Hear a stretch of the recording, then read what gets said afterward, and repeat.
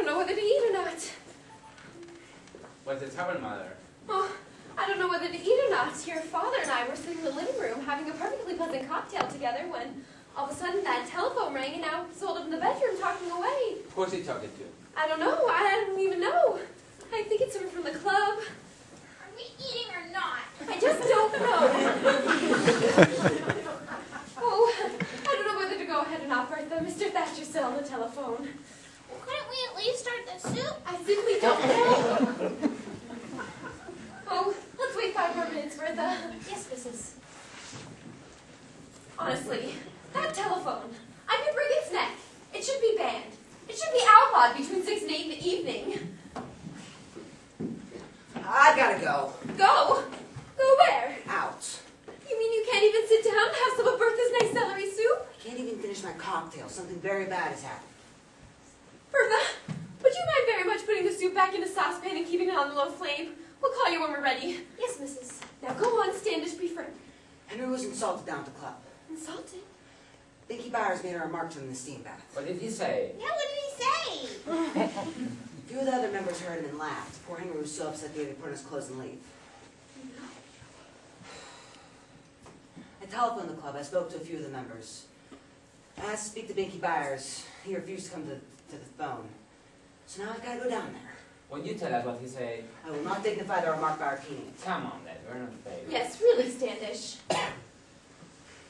He said, Claire, why don't you leave the room? Why? I'm older. Yes, she should know. Everybody should know. These are different times.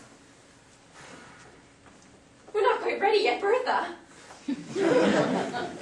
Now go on, Standish. This is a family.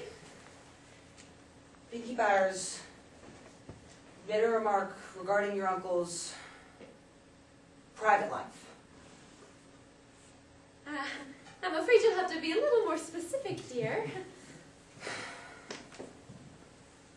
Mr. Byers, who had obviously been drinking since early afternoon, made a remark to your uncle and alluded to in very specific terms towards his personal relationships. What personal relationships? His associations with the outside world. I don't get it. Darling, Mr. Byers must have made some unnecessary remarks about your Uncle Henry's, bachelor attachments. You mean Uncle Henry's a fruit? I won't have that! I don't care if he got it from God himself. The thing is that my uncle was insulted at his club. Well, what can you do about it, dear? I've got to go down there. To your mother's? To the club. But if you won't even come to the telephone. I'll have to fight. Standish. I have to. Oh, Daddy. It's something I must do. Can I go with you, Dad? You may not. You must stay here with your mother. Standish, for heaven's sake. And no arguments, please. But Binky Byers is half your age and twice your size. It makes no difference. I think he was on the boxing team at Dartmouth. No difference whatsoever. But what about your bad shoulder? What about your hernia? I'm sorry I should imagine I should be seriously hurt, but I can't stand idly by. Oh, Daddy, please don't go. The lamb will be overdone, Mrs. And it's a beautiful lamb, Standish. Now listen to me, all of you, and you too, Bertha. There is nothing I'd rather do than to sit down here with all of you and have some of Bertha's fine celery soup followed by a leg of lamb with mint sauce and roasted potatoes. Am I right about the mint sauce and the roasted potatoes, Bertha? Yes, sir. There's nothing I'd rather do. But I have to forego it. The thing is that my brother was insulted.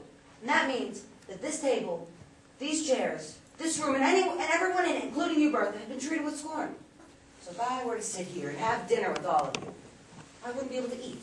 I wouldn't be able to laugh. I wouldn't be able to correct your grammar, David. I wouldn't be able to kiss my handsome wife goodbye. Goodbye, dear. Goodbye, darling.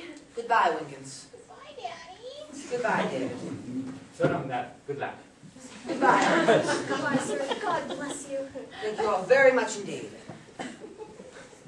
Well, of course we can't eat now, Bertha. Have something yourself and let people raid the icebox later on. Yes, Mrs. And the kids can have lamb hash on Saturday. Yes, Mrs. David, you and I will drive down to the club and wait for the outcome in the visitors' lounge. Okay, Mother. So get a book. Get a good book. Get Ivanhoe. We could be quite a while. Okay. And Claire, You need to stay here and man the fort. All right, So Mother. get on the phone to Dr. Russell, and I don't care whether he's having dinner in the operating room. Tell him to be at the club to give your father first aid. All right, Mother. Oh, and study your French. All right. Mother, What, for heaven's sake? is it true about Uncle Henry? Well, it may be, sweetheart, but you don't say it to him, and you don't say it at the club, and you don't say it within a 10-mile radius of your father. Now, goodbye.